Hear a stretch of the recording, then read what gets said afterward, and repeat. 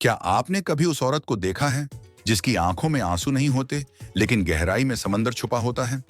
क्या आपने कभी महसूस किया है कि कुछ खामोशियां शब्दों से भी ज्यादा बोलती हैं? वो औरत जिसने अपना साथी खो दिया और अब अकेलेपन के बोझ तले हर दिन जी रही है। विधवा स्त्री का दर्द सिर्फ उसका निजी दुख नहीं होता। समाज उसकी जिंदगी पर हजार सवाल खड़े करता है। उसके कपड़ों पर, उसकी हंसी पर, उसके जीने के ढंग पर, सब पर ताने कसता है और फिर भी वो चुप रहती है, क्योंकि उसकी चुप्पी ही उसका हथियार है। आज हम उसी विधवा स्त्री की कहानी समझेंगे, उसकी आंखों से देखेंगे, उसके दिल की खामोशी से सुनेंगे और उसके दर्द से सीखेंगे।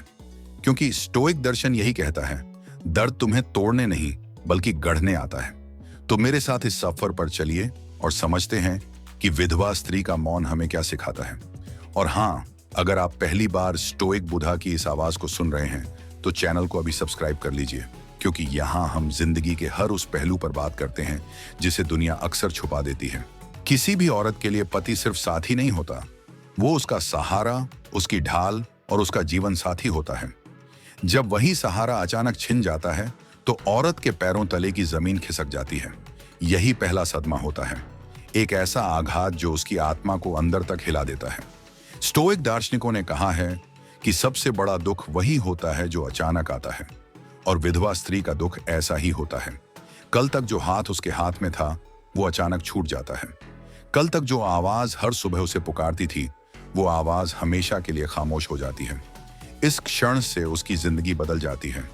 लेकिन असली संघर्ष तब शुरू होता है जब समाज उसे उसके दुख के साथ जीने भी नहीं देता। कुछ लोग ताने मारते हैं, कुछ सवाल उठाते हैं और कुछ उसकी खामोशी को गलत समझ लेते हैं। यही वो वक्त है जब विधवा स्त्री को अपने अंदर से लड़ना पड़ता है। गांव की सीमा सिर्फ 28 साल की थी जब एक रात उसका पति अचानक दुनिया छोड़कर चला गया। सुबह तक उसका पूरा घर जैसे श्मशान में बदल गया था। सीमा के हाथों से उसकी चूड़ियां टूटकर जमीन पर बिखर गईं और आंखों से आंसू रुकने का नाम ही नहीं ले रहे थे। लेकिन दोस्तों, हैरानी की बात यह थी कि सीमा को रोने से ज्यादा चोट तब लगी जब अगले ही दिन लोगों ने उस पर सवाल उठाने शुरू कर दिए। किसी ने कहा, अब हंसना मत। किसी ने ताना मारा, अब रंग बिरंगे कपड़े मत पहनना। और किसी ने उसकी खामोशी तक को गलत समझ लिया। यही सच्चाई है, विधवा स्त्री का असली संघर्ष पति के जाने के बाद शुरू होता है। लोग उसके दर्द को समझने की बजाय उसके जीने के तरीके पर उंगली उठाने लगते हैं।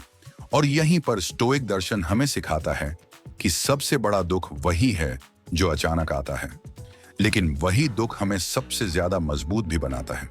सीमा का पहला सदमा उसे तोड़ गया, लेकिन उसी सदमे ने उसके भीतर वो चिंगारी भी जगा दी जो धीरे धीरे उसे औरत से योद्धा बना रही थी। यही वो क्षण है जहां से हर विधवा स्त्री का स्टोइक स्वर शुरू होता है। आंसुओं के बीच ताकत खोजने का, टूटन में से नया जीवन गढ़ने का।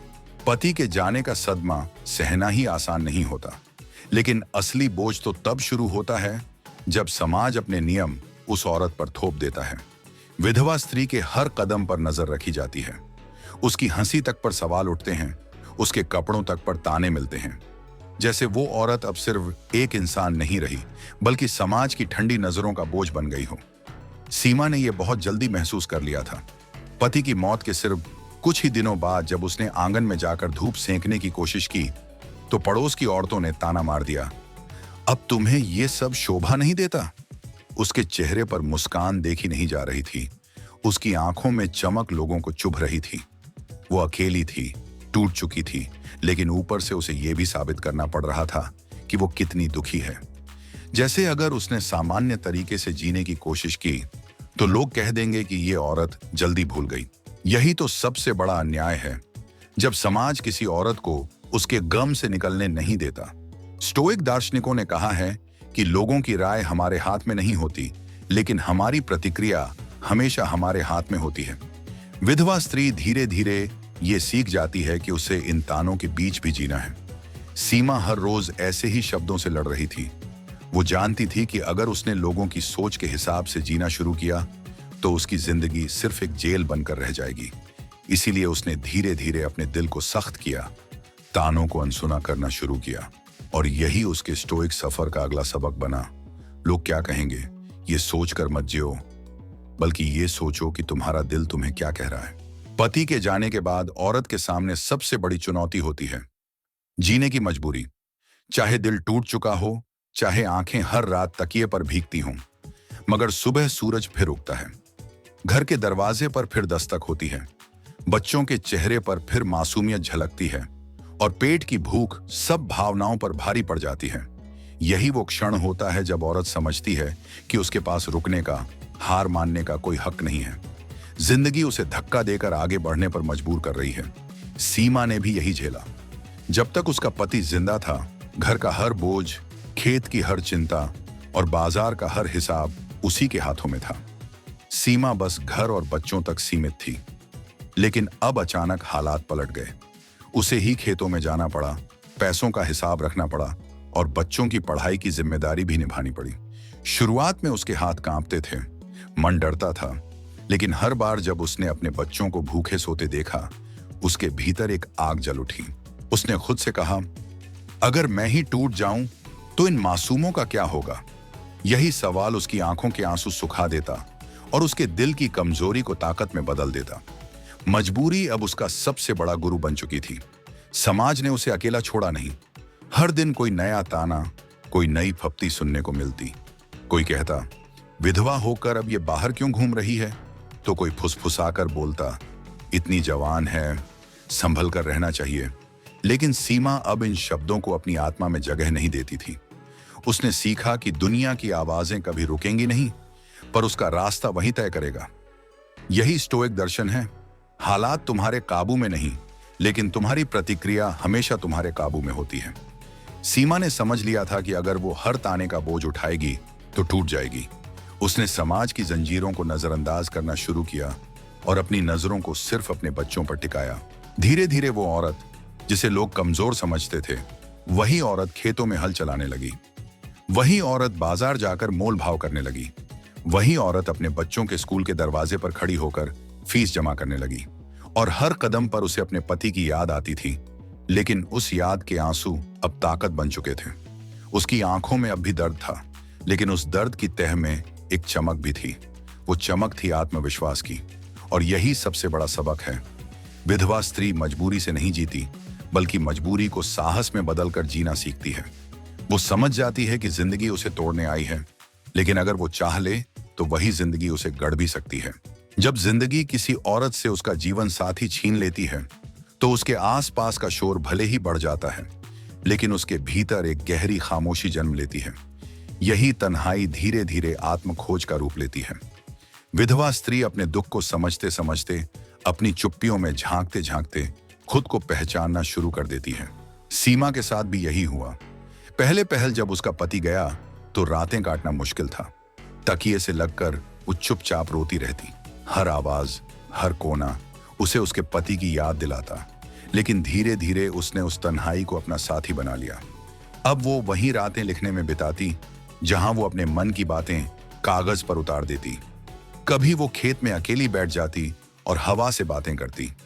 और उस तन्हाई में उसे एहसास हुआ कि वो सिर्फ अपने पति की छाया नहीं थी, वो खुद भी एक पूरी दुनिया थी। स्टोइक दर्शन कहता है कि मनुष्य अपने भीतर ही सबसे बड़ी ताकत रखता है। सीमा की तन्हाई ने उसे यही सिखाया। उसने समझा कि दुख उसके जीवन का अंत नहीं, बल्कि उसकी आत्मा की नई शुरुआत है। वो औरत जो पहले सिर्फ परिवार के नाम से पहचानी जाती थी, अब अपनी पहचान खुद गढ़ने लगी। लोग अब भी बातें करते थे, लेकिन सीमा ने सीखा कि उन बातों से ऊपर उठना ही उसकी जीत है। उसने खेत के कामों के बीच, बच्चों की परवरिश के बीच और अपनी खामोश रातों के बीच खुद से सवाल पूछना शुरू किया, मैं कौन हूं, मेरी असली ताकत क्या है। और जवाब हर बार उसके भीतर से आता, तू अकेली नहीं, तू पूरी है। उस तन्हाई ने उसे एक नया आईना दिखाया। पहले वो सोचती थी कि अकेलापन एक सज्जा है, लेकिन अब उसे लगने लगा कि यही अकेलापन उसकी सबसे बड़ी ताकत है। ईसा ने उसे भीड़ से हटाकर उसकी आत्मा से मिलवाया और यहीं से उसके जीवन में एक नया मोड़ आया, जहां वो अब सिर्फ एक विधवा नहीं रही, बल्कि एक साधक बन गई जो खुद को खोजने के स्वर पर निकल चुकी थी। दुनिया समझती है कि विधवा स्त्री सिर्फ टूटी हुई औरत है, लेकिन सच ये है कि उसका दुख ही उसकी सबसे बड़ी ताकत बन जाता है। वही आंसू जो पहले कमजोरी लगते थे, धीरे धीरे उसकी आत्मा को मजबूत बनाने लगते हैं। वही रातें जो पहले उसे डराती थीं, अब उसकी सोच को गहराई देती हैं। और वही समाज जो उस पर उंगली उठाता है, वही उसके लिए एक आईना बन जाता है, जिसमें वो अपनी असली पहचान देख पाती है। सीमा का जीवन भी इस मोड़ पर पहुंच चुका था। पहले वो हर ताने पर टूट जाती थी, हर सवाल पर चुप हो जाती थी। लेकिन अब जब कोई उसकी हंसी पर ताना मारता, तो वो मुस्कुराकर सोचती, मेरी हंसी अगर तुम्हें चुभती है तो इसका मतलब है कि मेरी ताकत अब भी जिंदा है। पहले जो आंसू रातों को उसे कमजोर बनाते थे, अब वही आंसू उसे याद दिलाते थे कि वो अब भी इंसान है, अब भी महसूस करती है, और यही उसकी असली ताकत है। स्टोइक दर्शन कहता है कि दुख कोई सजा नहीं, बल्कि आत्मा का शिक्षक है, और सीमा ने अपने हर दुख को एक सबक में बदल दिया। खेतों की धूप अब उसके लिए बोझ नहीं रही, बल्कि वो धूप उसे हर बार ये याद दिलाती कि वो अब भी खड़ी है। बच्चों की भूख अब उसके लिए रुलाई का कारण नहीं रही, बल्कि वो उसकी मेहनत की वजह बन गई। और अकेली रातें अब उसे डराती नहीं थीं, बल्कि वही उसे भीतर से मजबूत कर रही थीं। धीरे धीरे सीमा का चेहरा बदलने लगा। उसकी आंखों में अब भी दर्द था, लेकिन उस दर्द की तह में चमकती हुई लौ भी थी। वो लौ थी आत्मविश्वास की, हिम्मत की, और इस यकीन की कि अब वो सिर्फ जिंदगी से हार मानने वाली औरत नहीं रही। अब वो योद्धा है, एक ऐसी स्त्री जो अपने दुख को अपनी ताकत में बदल चुकी है। यही हर विधवा स्त्री की असली यात्रा होती है। दुख उसे तोड़ता है, लेकिन अगर वो चाहे तो वही दुख उसे गढ़ भी देता है। और जब वो गढ़ जाती है, तो वो सिर्फ अपने लिए नहीं, बल्कि उन तमाम औरतों के लिए एक मिसाल बन जाती है जो चुपचाप अपने दर्द से लड़ रही हैं।